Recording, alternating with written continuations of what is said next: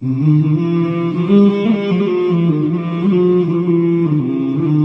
رسول کے سامنے ایک واقعہ پیش آتا ہے.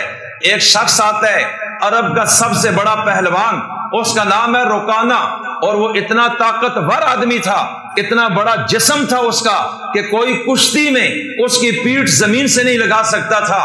اور وہ شخص جب گائے کے چمڑے پہ کھڑا ہوتا تو کئی مرد اس گائے کے چمڑے کو کھینچتے، اس کے پاؤں کے نیچے سے سرک نہیں سکتے تھے.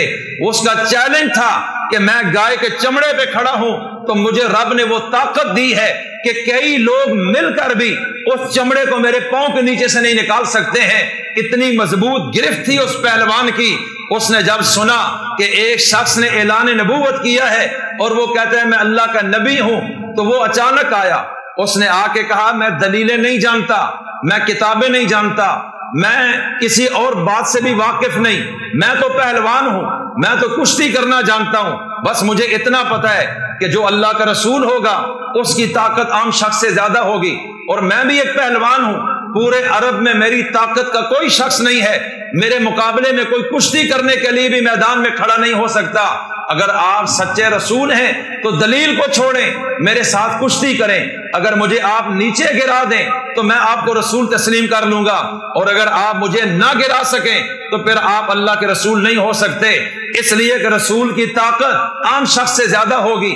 اب یہ موٹا دماغ تھا، پہلوان تھا، اس نے آ کے اپنی لائن کے مطابق جو سمجھ تھی وہ بات کر لی ہے کہ دلیل کو چھوڑیں، معجزے کو چھوڑیں، کتاب کو چھوڑیں، علماء کی باتوں کو چھوڑیں، میرے ساتھ کشتی کریں.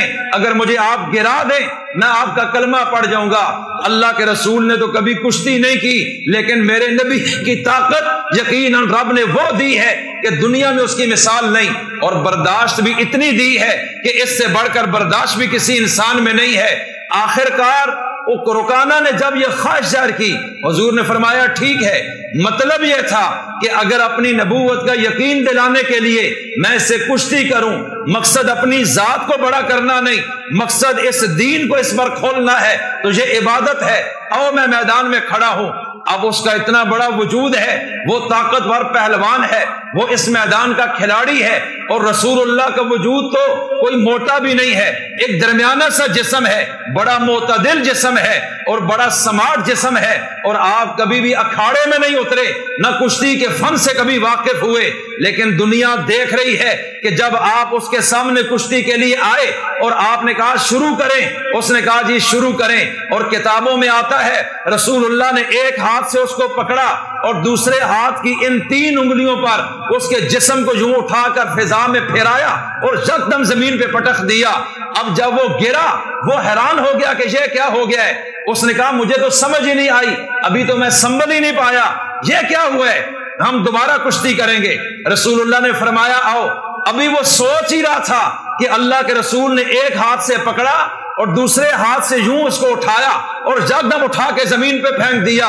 بس جو ہی وہ گرا تو یکدم زبان سے کہنے لگا میں گواہی دیتا ہوں کہ محمد واقعی اللہ کا رسول ہے. اور وہ رکانہ کلمہ پڑھ کے رسول اللہ کی امت میں شامل ہوا.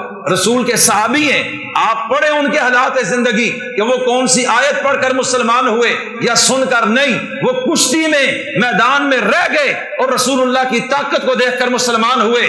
اس نے کہا یہ واقعی پیغمبر ہے، اگر یہ پیغمبر نہ ہوتا تو کم از کم مجھے نیچے نہ گرا سکتا، میں ان کے اوپر حاوی ہو جاتا.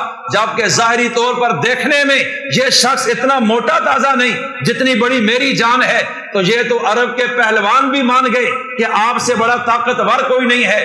اور بخاری کی یہ حدیث ہے، رسول اللہ نے فرمایا 6 چیزوں میں اللہ نے مجھے دنیا میں سب سے بڑا مرتبہ دیا ہے، جن میں سے ایک یہ چیز ہے نصرت بالرعب، کہ میرا رعب اللہ نے دشمن پہ ڈال دیا ہے. کسی دشمن کا رعب میرے اوپر کبھی نہیں چلتا، لیکن میرا رعب دشمن پر ایسے چل جاتا ہے کہ اس کی نیندیں اڑ جاتی ہیں. اور آپ کے علم میں ہونا چاہیے کہ مکہ کے سردار ابو جہل کی نیند میرے رسول کے رعب سے اڑی ہے. مکہ کے سرداروں کی نیندیں اڑی ہیں رسول اللہ کی وجہ سے، حتیٰ کہ روم اور ایران کے بادشاہوں کی نیندیں اڑی ہیں رسول اللہ کے رعب کی وجہ سے.